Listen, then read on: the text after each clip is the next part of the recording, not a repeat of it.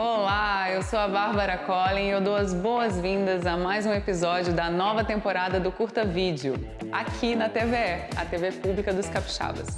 Nosso programa está em novo formato para que você, amante do cinema e do vídeo, acompanhe tudo o que de melhor está sendo produzido aqui no audiovisual do estado. Nos últimos 30 anos, nosso audiovisual cresceu muito em estrutura, talento e realizações. E durante todo esse período, o Curta Vídeo foi o principal espaço na TV para divulgação e fortalecimento de nossa arte cinematográfica. E nesse tempo, é claro, ele também passou por várias mudanças, até chegarmos aqui, em 2025, quando o programa completa 30 anos no ar. E para uma cena audiovisual forte, que produz cada vez mais novos longas, curtas, vídeos, documentários, videoclipes, nada melhor que ter sua revista de cinema renovada, para com orgulho acompanharmos o crescimento ainda maior do nosso mercado audiovisual. Ação. Outra novidade desse novo curta-vídeo é reforçar o quanto as artes visuais do nosso estado cresceram em expressão, criatividade e reconhecimento nacional e também mundial.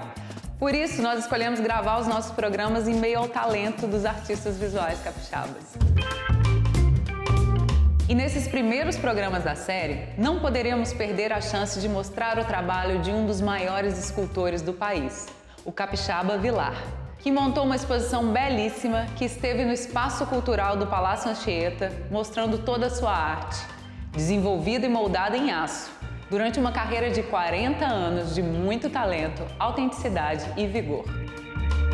No programa de hoje tem uma conversa muito boa sobre cinema e outras artes com o pesquisador, professor e cineasta Erli Vieira Júnior e dicas e novidades do que está rolando no nosso mercado. Então... Solta a vinheta! Isso aí!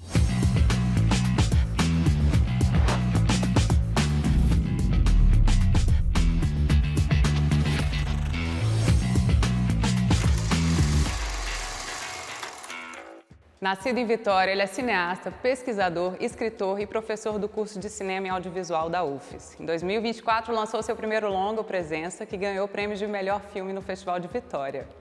E é com ele que eu converso agora. Seja muito bem-vindo, querido. Prazer te ter aqui. É um prazer imenso, Bárbara. Eu acho que a gente podia começar conversando um pouco sobre o Presença. Claro. Na última vez que você esteve aqui no Curta Vídeo, o filme já tinha sido lançado, mas não aqui em Vitória. E agora não só já estreou, como ganhou o prêmio de melhor filme no festival. Uma mostra com filmes tão fortes, com filmes tão impactantes, realmente eu estou assim, sem palavras. O filme aborda o trabalho de 3 artistas capixabas muito importantes, né? Que é Rubiane Maia, Castiel Vitorino e Marcos Vinícius. Exatamente. E como que veio essa ideia, Erli, desse filme, da concepção do filme e também da junção desses 3 artistas? Como espectador das obras desses artistas e admirador do trabalho deles, eu sempre fiquei fascinado pela forma como eles transmutavam o próprio corpo a partir da performance, levando para caminhos bem diferentes. São 3 artistas daqui de Vitória, né? A Rubiane é mineira, mas cresceu, começou a carreira dela aqui, né? Artistas que depois correram o mundo. O Marcos Vinícius passou uma boa temporada da vida dele morando na Argentina. Né? A Castiel atualmente está aqui e lá em vários cantos do mundo, igual a Rubiane também está. E duas coisas marcavam muito. Essa forma como eles conseguiam reinventar o próprio corpo a partir do gesto, né? Cada um de uma forma muito própria. Né? O Marcos Vinícius, a coisa de tudo parece rituais silenciosos e super leves, mas ao mesmo tempo está se colocando em situações de risco corporal muito forte. Sim. A Rubiane tem toda uma dimensão de coreografia, né, que parece que esse desejo de voar, que também tem um quê com a dança, e depois ela vai entrando com a palavra nos trabalhos mais recentes dela, com textos muito contundentes. E a Castiel sempre fala muito da ideia de transmutação mesmo, né? Sim. Então, lidando com questões, pelo menos nas obras, na época que a gente registrou o trabalho dela para o Presença, tinha muito essa questão da cura em esferas diferentes. A artística, a espiritual, a clínica, porque a Castiel é psicóloga. Como ela mesma fala, né? Ela é psicóloga, macumbeira e artista. Eu acho essa mistura fantástica. É incrível mesmo. Então, e são artistas que muitos dos seus trabalhos, mesmo a gente não acompanhando presencialmente, já que eles estavam no mundo todo, circulavam também muito em imagens audiovisuais. Então eu vi muitos registros em vídeo, isso também me fascinava, essa forma como eles construíam o diálogo com o corpo. Essa linguagem, né? Já pelas imagens. Isso, o corpo e a câmera, né? Então isso me moveu a pensar o Presença.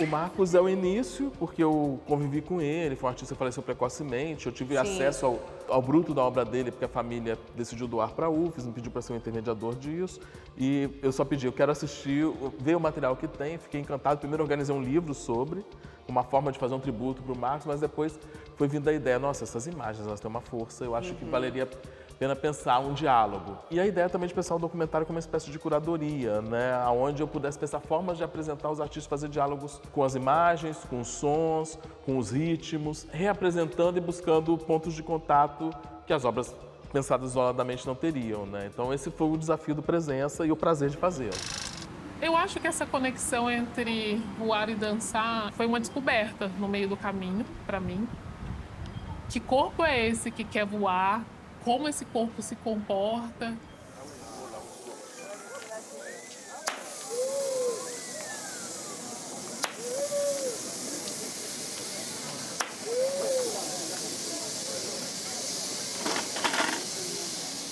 Eu sou a mensageira, eu sou o Castiel Vitorino brasileiro, eu sou filha do vento que venta no mar e que aqui espanta o meu medo da morte. Assim serei cultuada, como aquela que desejou morrer bem, morrer dormindo, aquela que morreu, matou, sacrificou sua sanidade e gritou, e girou e disse bem alto que estou aqui de passagem, abandonarei vocês, mas os terei comigo sempre que precisar voltar. Por mais que eles tenham esse trabalho com o corpo, né, e a performance seja um ponto em comum, são três artistas muito distintos.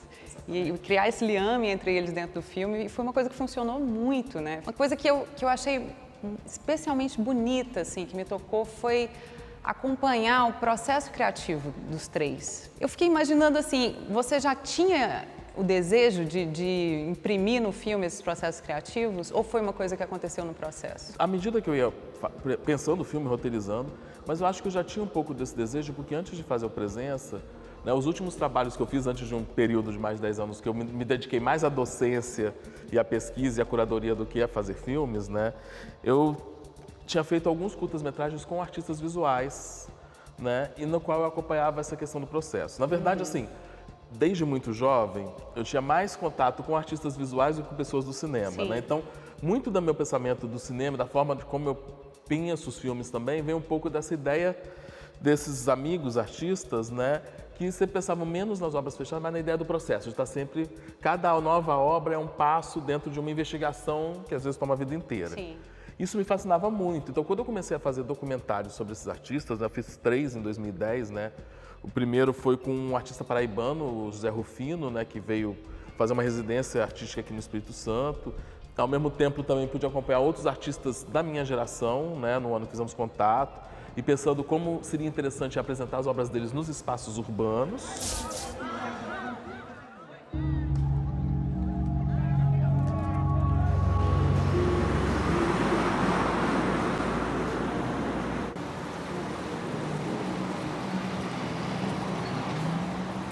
Um pequeno trecho desse acabou ganhando uma vida própria, que era um documentário sobre o Hélio Coelho, né, que é um artista da geração dos 80, 90, continua em atividade até hoje, é um cara incrível, e que ele tem uma mão tagarela, que não para de desenhar. Sim, é.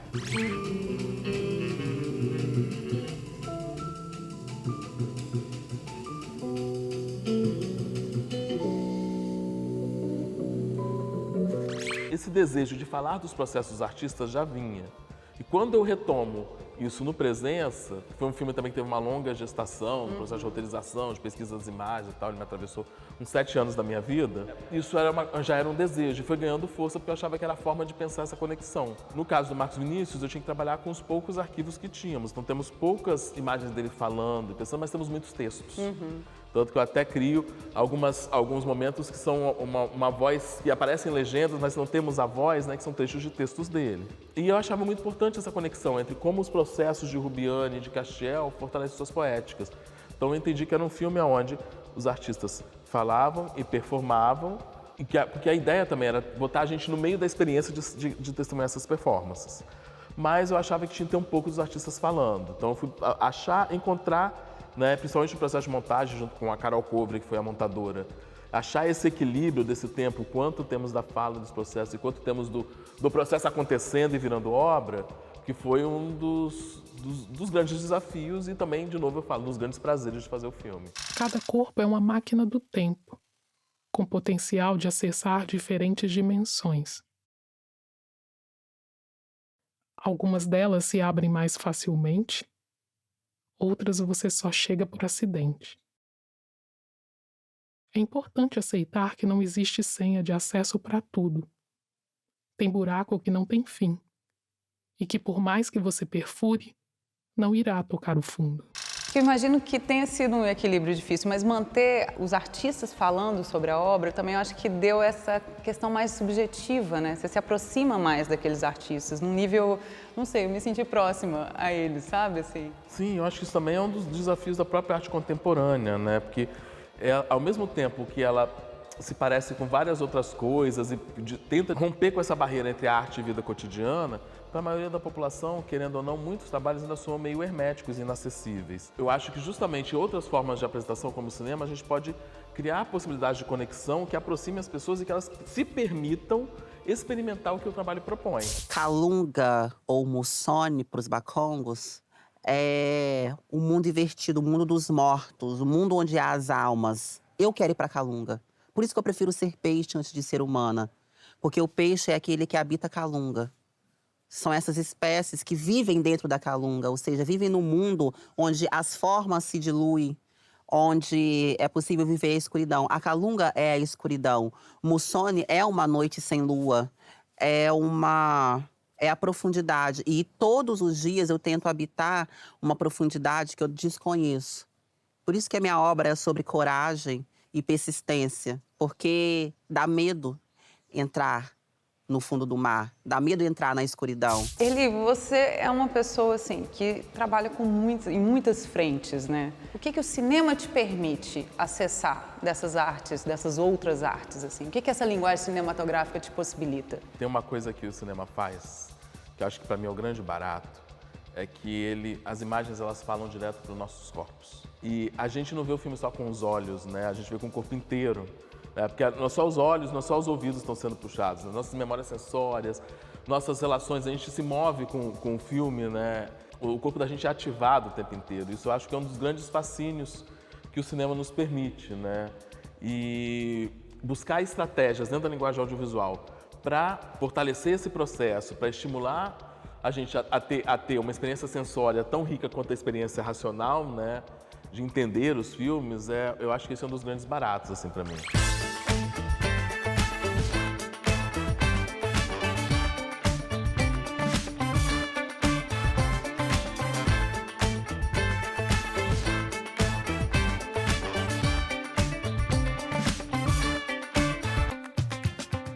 Claro três bugarem podrima edrectății, cum început să ia formă.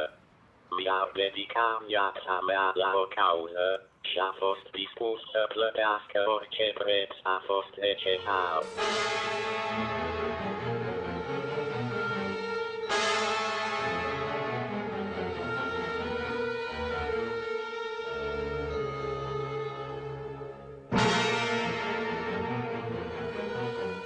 Eli, eu já falei aqui um pouco das suas multifunções, né, de você ser um artista tão diverso. Eu tive um professor de teatro uma vez que ele falava que o ator não tinha que se formar em artes cênicas, que a gente tinha que se formar em letras, em artes visuais, enfim, formar em outra coisa, porque quanto mais diversa, né, a sua formação, mais como artista, mais expandido você vai ser. Como que é para você essa interdisciplinariedade na vida, assim? É inevitável? É uma coisa... Ela é inevitável, eu vou dizer por quê, inclusive, né? Acho que ela vem desde criança. Eu sempre fui uma criança muito curiosa e também que não queria ficar só na mesma caixinha. Eu venho de uma origem periférica, né? Eu venho de um dos morros daqui da Grande Vitória, do bairro da Penha, né? Venho de uma família que não tinha muito acesso à arte, mas que o pouco que tinha sempre me mostrava. Era uma casa que tinha muitos livros, né? Eu tenho muitas imagens, meu pai faleceu quando eu era muito novo, mas eu tenho muitas memórias dele lendo muita coisa, me iniciando na leitura. Então essa curiosidade de querer abraçar o mundo já vinha desde muito novo.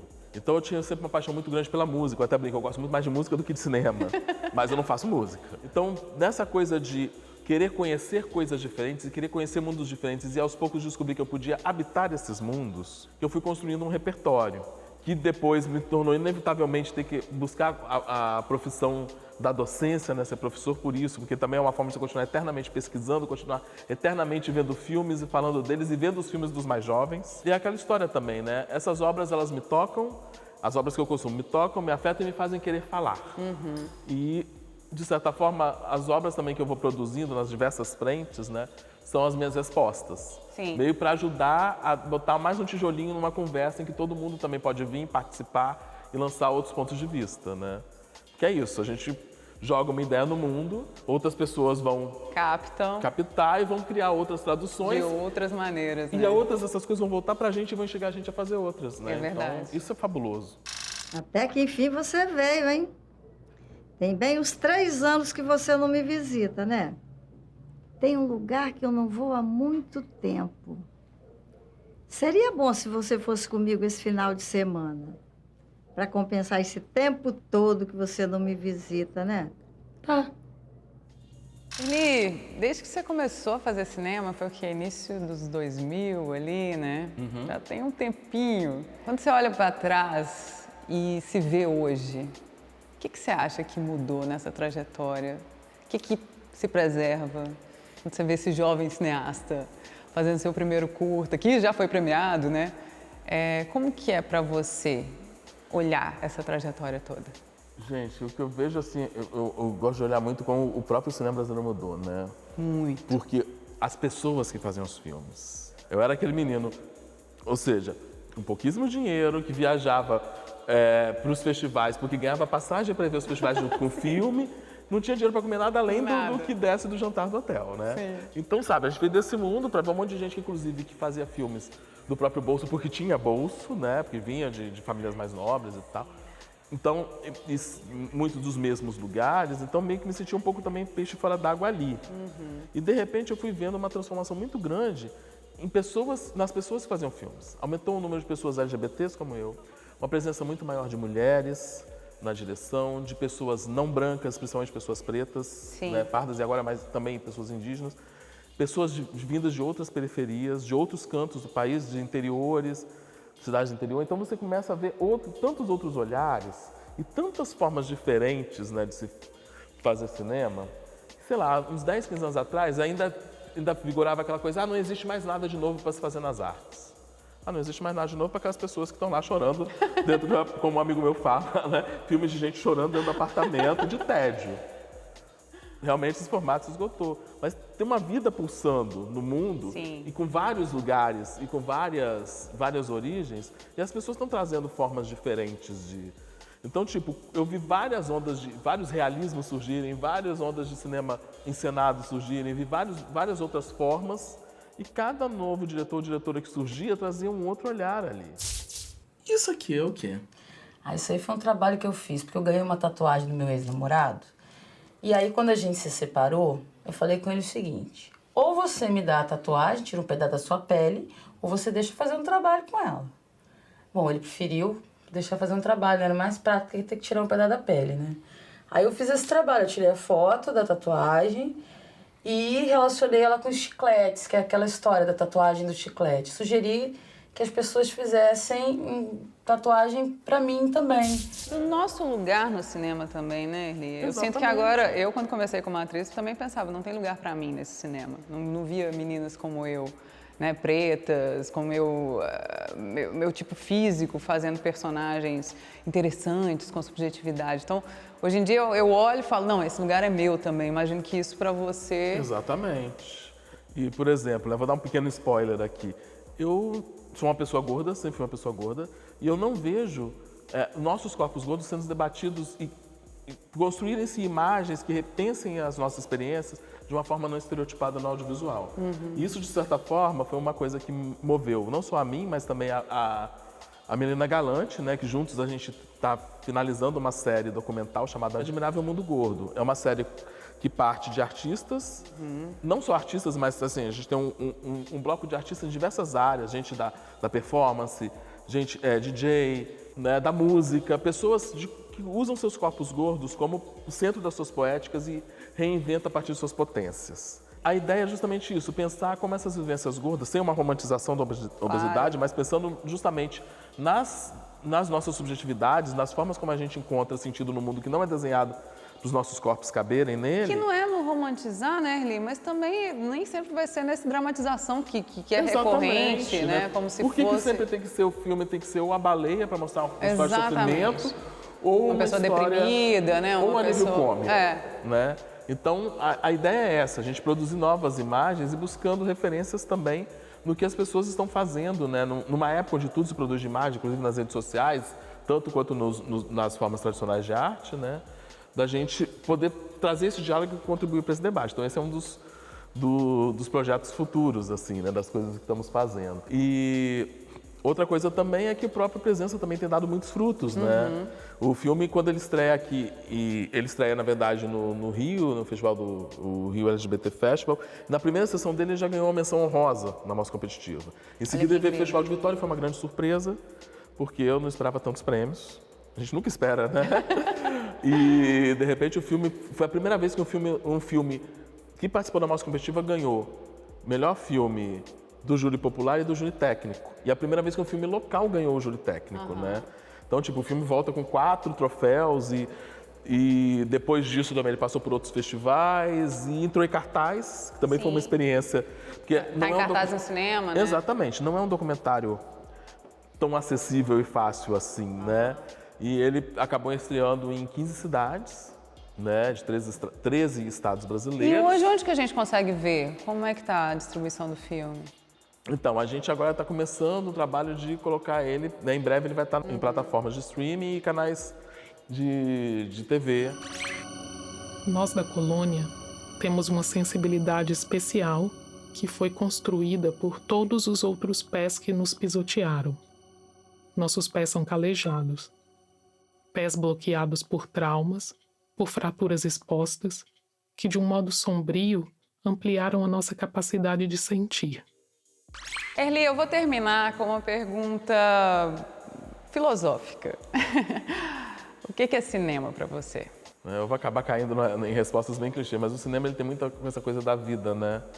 E da possibilidade da gente refletir sobre ela a partir de não só de uma contemplação, mas também de afetar e ser afetado pela vida a partir das imagens que produzimos. E o lugar do cinema, e não só o cinema, quando eu falo cinema, não é só filme em sala de cinema, né? Mas a gente pensar como o desejo de cinema também está nas formas como a gente utiliza a televisão, utiliza as redes sociais, utiliza os espaços expositivos onde passam videoarte e vários outros campos, né? Mas pensar esse desejo do cinema como uma forma da gente expressar essa reflexão sobre o mundo, né? Se observar esse escoar lento do tempo e essas formações, tantas mínimas quanto as mais marcantes, né? Que colocam e que nos transformam e que nos afetam. Sintetizar isso em imagens que possam ser potentes o suficiente para transformar outras pessoas. Querido, muito obrigada. Foi um prazer bater esse papo com você aqui. Muito obrigada por ter vindo. Foi bom demais.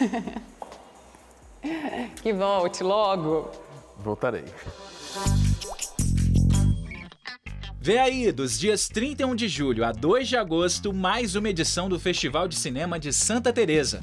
A programação inclui filmes, rodas de conversa, atrações musicais e mostras de curtas-metragens. A programação é gratuita, tá? E antes da abertura oficial, o evento já promove neste sábado, dia 26 de julho, no Teatro Sesc Glória, em Vitória, uma palestra com a filósofa e escritora Viviane Mosé sobre inteligência artificial e a experiência humana.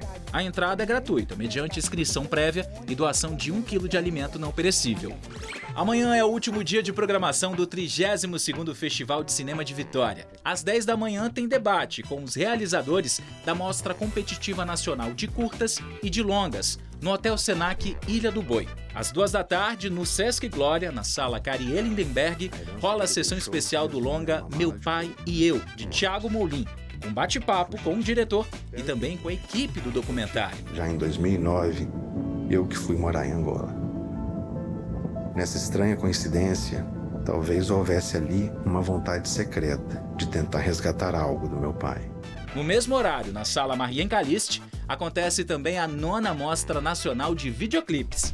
E às 7 da noite acontece a sessão especial de encerramento do festival no Teatro Glória, com a exibição do longa Luz nas Trevas. A Volta do Bandido da Luz Vermelha, de Helena Inês e Ícaro Martins, que tem no elenco o grande homenageado da noite, Ney Matogrosso. Logo após a homenagem, vamos conhecer os premiados em todas as categorias do festival. A TVE vai transmitir o encerramento a partir das 8h30 da noite.